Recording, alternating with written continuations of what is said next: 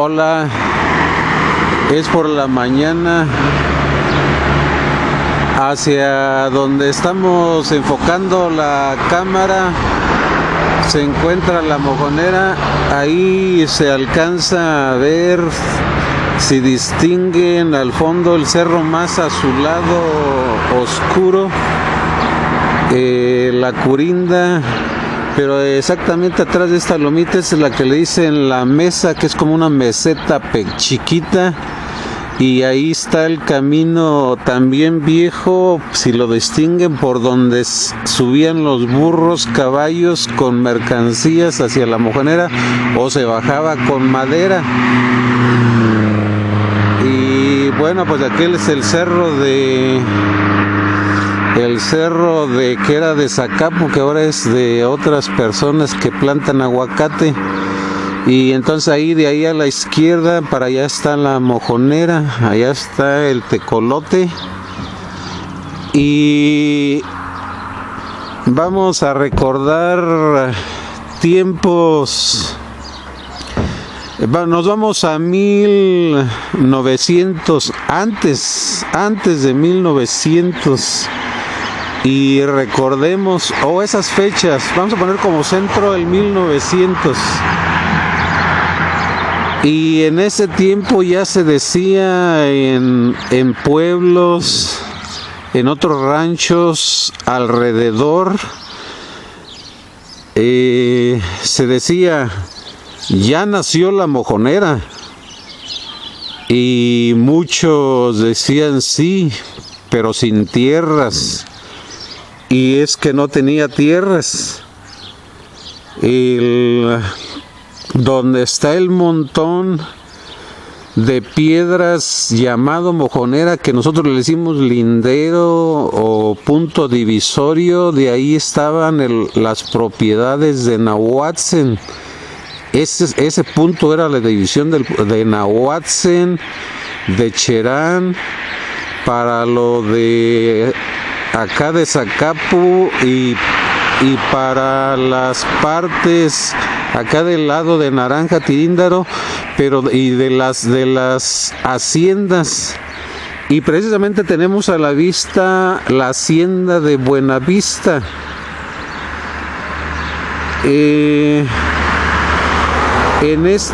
Esta es una de las tantas haciendas que hubo.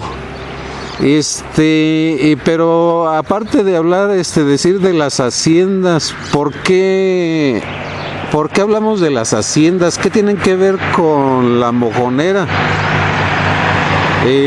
¿Por qué nos referimos a ellas? Y pues la respuesta es que la tierra de ellos, que llegaba hasta allá, influyó cuando ocurrieron los hechos que vamos a narrar. Ocurrió un cambio ahí de los hechos que vamos a narrar a continuación.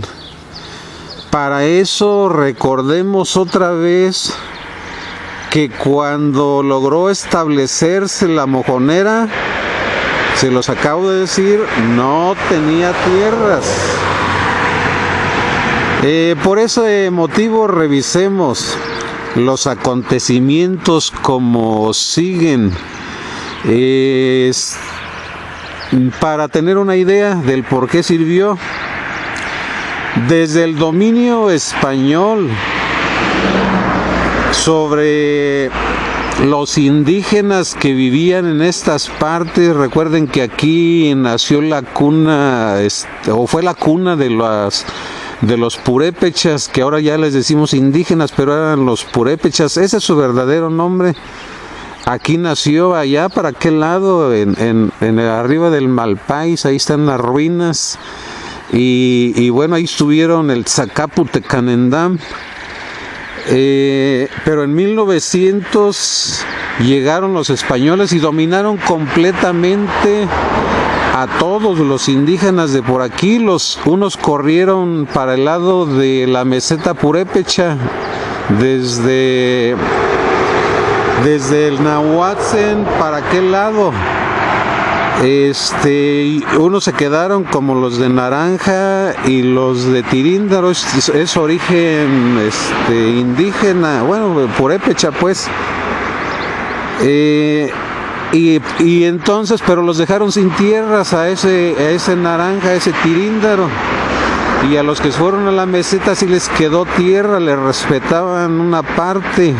Ahí la Mojonera es el punto para allá. Lo de Cherán y eso, indígenas, Nahuatzen, eso lo respetaban, pero los de acá no le respetaron mucho. Y bueno, pues estas haciendas se apropiaron de las tierras, todas las de lo que es la Ciénega de Zacapu, donde estamos parados, más atrás, hasta allá por donde está Copándaro de Villa Jiménez, hasta más para allá donde está Guaniqueo, todo lo que comúnmente decimos hasta donde les alcanzaba la vista, hasta allá era de ellos y se la pelearon. La pelea de la tierra entre los gachupines españoles era cruenta, salvaje. No crean que fue una pelea de la tierra así por las buenas, no, eran salvajes porque todos la querían.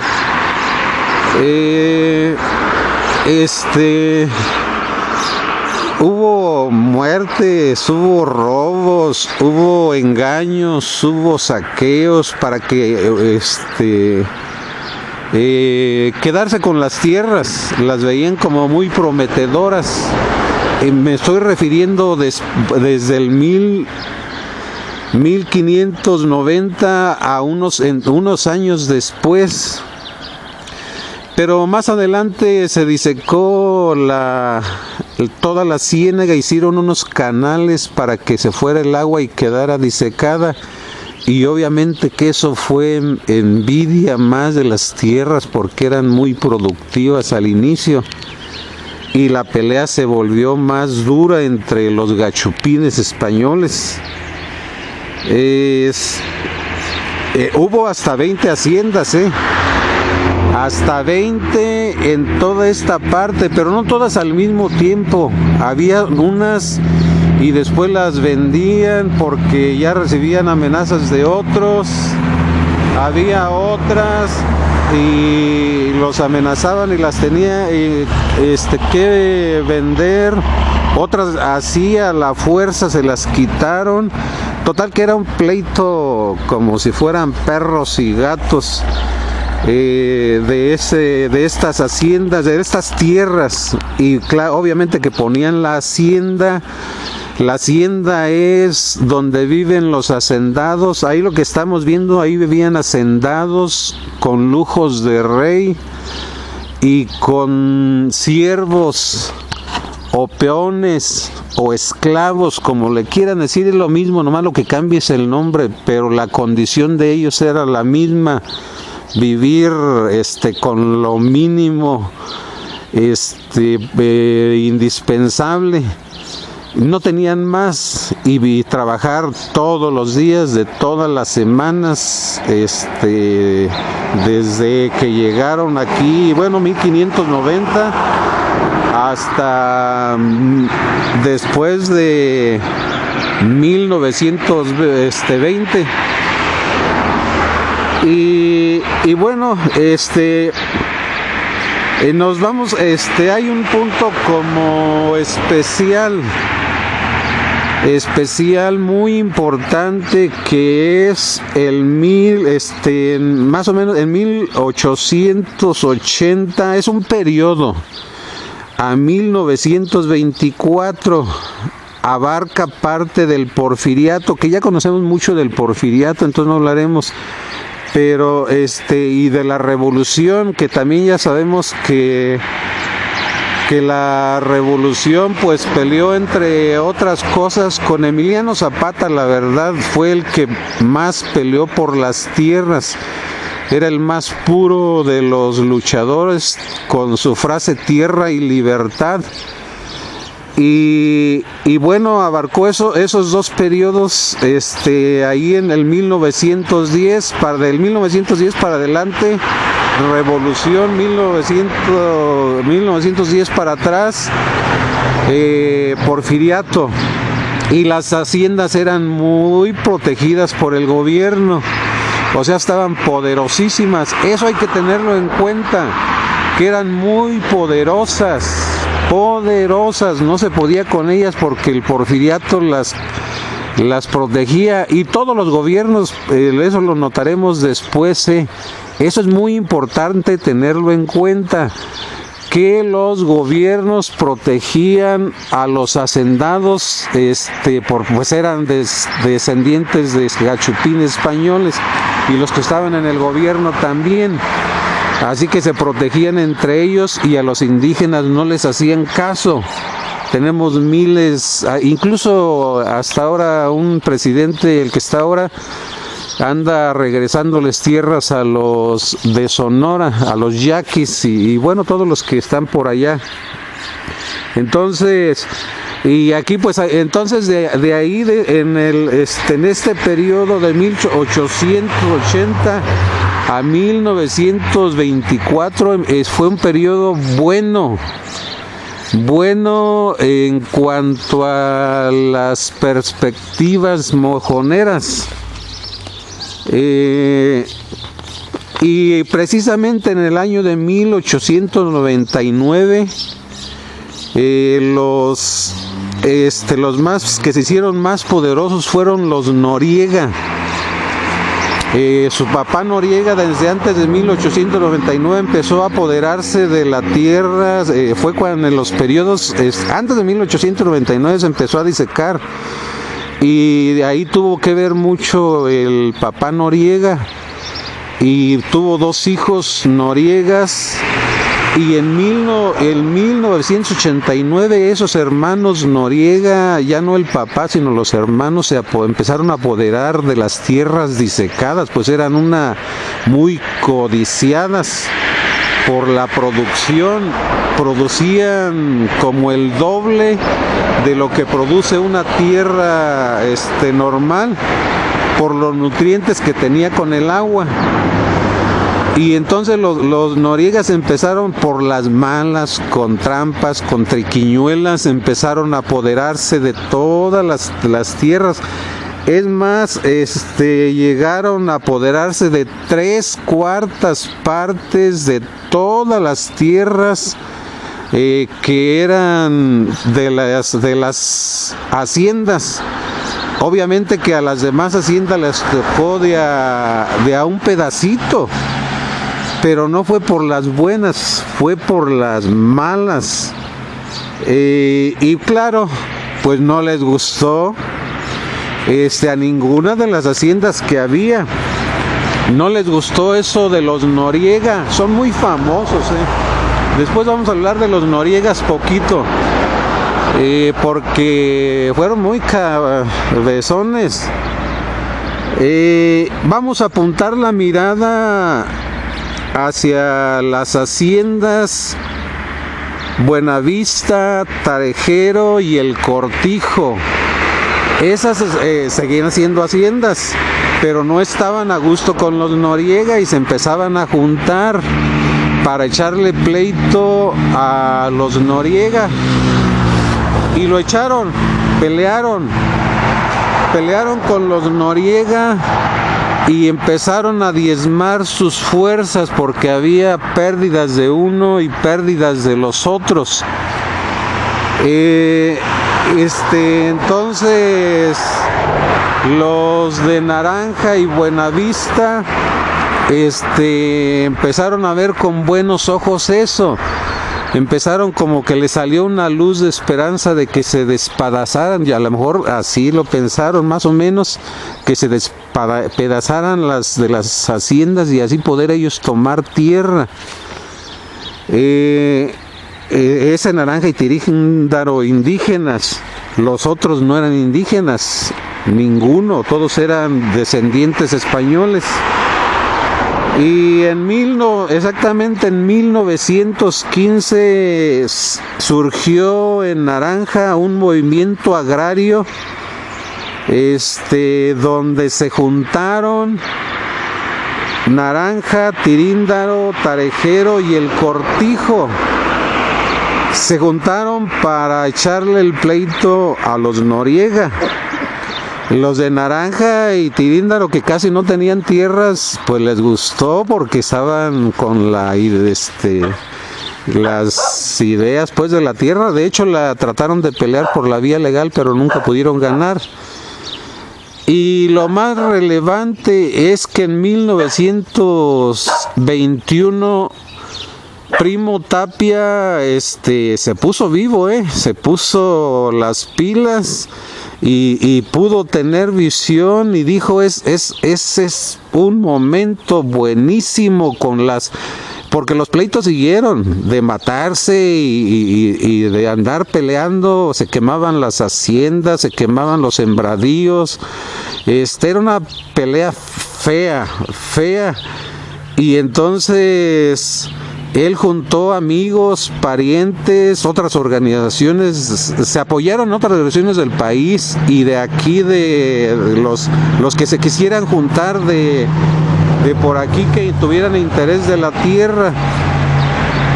Y bueno, pues entonces Naranja, Tiríndaro, Tarejero se juntaron. Y bueno, pues logró Primo Tapia, logró el sueño de conseguir tierras. Después de peleas, de eliminación de hacendados, claro que también de Naranja y Tiríndaro hubo eliminados. Entonces quedó muy cualquier pleito de ese tipo, de esa naturaleza, disminuye las partes, las pone débiles, con pérdidas de familias, de amigos, de hombres de valor, de todos. Entonces quedaron muy mal. Y en marzo de 1924, fíjense cuánto duró Primo Tapia, 1921-1924, lo lograron, y Primo Tapia escribe una carta y dice, se la escribió a un Martínez Mújica, y le dice así: fueron impuestos en posición definitiva de los ejidos de los pueblos de Naranja, Tiríndaro y Tarejero las siguientes cantidades de tierra. Para Tiríndaro, 798 de ciénega, tomado de las haciendas del Cortijo y de Cantabria. Para Naranja, 716 de que fueron tomadas de Naranja y de Cantabria. Todas estas cantidades en hectáreas. Nuestros ejidos casi alcanzan a copar Cantabria. Somos señores de terrenos. Por lo que va a este punto, está cumplida mi ambición. Nada pido al mundo. Eso dijo Primo Tapia en esa carta. Se sentía bien porque habían logrado quitarle a las haciendas. Fíjense que hasta los aliados, si notan, andaban aliados con Cortijo, y también le quitaron tierra, y a Coeneo no le fue tan bien. Pero después de eso, Plutarco Elías Calles lo mandó a apresar, lo agarraron, lo torturaron, persiguieron su familia, pero obviamente se escondieron. y solo agarraron a Primo Tapia y después de las torturas y todo lo que le hicieron, pues finalmente lo eliminaron. Y ahí terminó su papel. Y bueno, seguimos con la pregunta. ¿Qué ganó la Mojonera con esos pleitos por la tierra acá por estos lados? ¿Qué ganó? Pues lo que ganó es algo así como una esperanza, como algo positivo. Ahí tío Marcos, tío Donicio y los que se dirigían el pueblo veían que si Naranja y Tiríndaro, indígenas, habían podido quitar la tierra a los hacendados, ¿por qué ellos no? No en ese momento, en un poquito después de 1924, como ya dijimos. Y esa luz no murió. Y sí, más adelante hicieron el movimiento. Después hablaremos también de cómo consiguieron las tierras, pero ¿por qué pudieron? Porque la tierra, cuando quedó en manos de Tarejero, de Cortijo, de Naranja, de Tiríndaro, pues se pusieron más vivos y más esperanzados los de la colonia Lázaro Cárdenas, los de Cinciro, los de San Isidro, y tío Marcos, tío Donicio y otros en la Mojonera. Ya veían que se podía. Se pusieron en alerta roja, en alerta máxima para en cualquier momento tomar la tierra. Y bueno, pues más adelante lo lograron. La oportunidad llegó. Así que, como se dijeron ellos, sí se puede. Pudieron los de Naranja, de Tiríndaro, ¿por qué nosotros no? Y bueno, eso es como